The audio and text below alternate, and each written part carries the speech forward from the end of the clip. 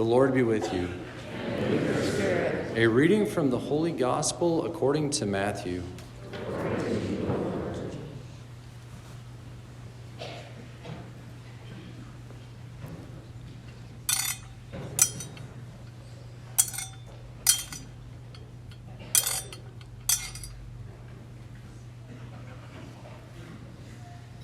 When Jesus saw the crowds, he went up the mountain, and after he had sat down, his disciples came to him.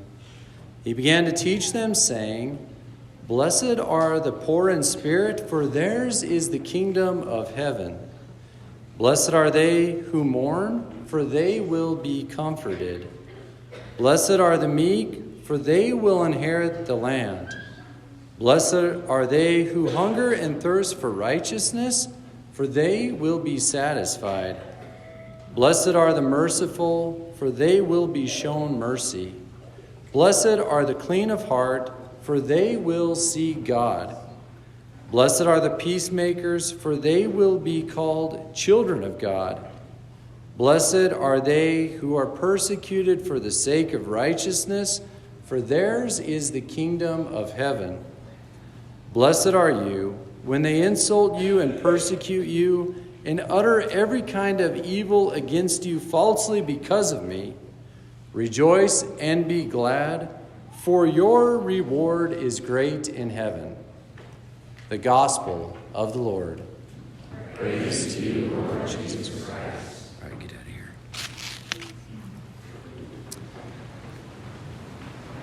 Super beautiful day. I think All Saints Day is probably one of the most Catholic days of the year, man.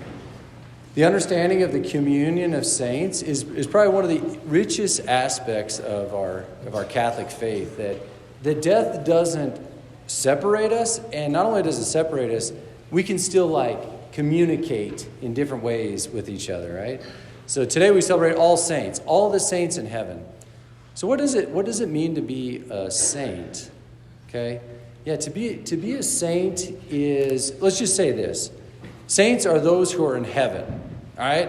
So we can speak of St. Matthew, St. John Paul II. We can also speak of St. Michael, right, the archangel, but he's not a human, he's an angel, but he's in heaven. So we could say, okay, saint. But we can also speak of even those that we don't know their names of who are in heaven. Like the first reading in Revelation speaks of a multitude that no number could count. They didn't even begin to name them, let alone count them, right? Okay, so there's all sorts of saints in heaven that don't necessarily have the title saint in front of them. A saint is someone who is in heaven. All right, the word saint, it kind of comes from the word sanctus, right? When we sing holy, holy, holy, sometimes we sing sanctus, sanctus, sanctus. It means holy. All right, and so then you think of another step as hallowed, holy. When we say our Father who art in heaven, hallowed be thy name. All right, so you think hallowed means holy, just like saint means holy. So then you think of last night, All Hallows Eve, right? It's the evening before we celebrate the saints, all the holy ones. Okay, this is where this stuff comes from. All right, but it's beautiful that we can celebrate all the saints in heaven. And I love to celebrate John Paul II, St. Matthew, St. Mother Teresa, on down the line. But they all got their own little special feast day as well. All right, but all those unsung heroes that don't have saint in front of their name, they don't have their own feast day, so today is their feast day. We're celebrating all saints. And so I just love this day. That's what I always think of when we come to All Saints Day, is all even the holy people I know who lived holy lives, who I'm confident are in heaven, at least they're on their way, they can still inspire and intercede for us.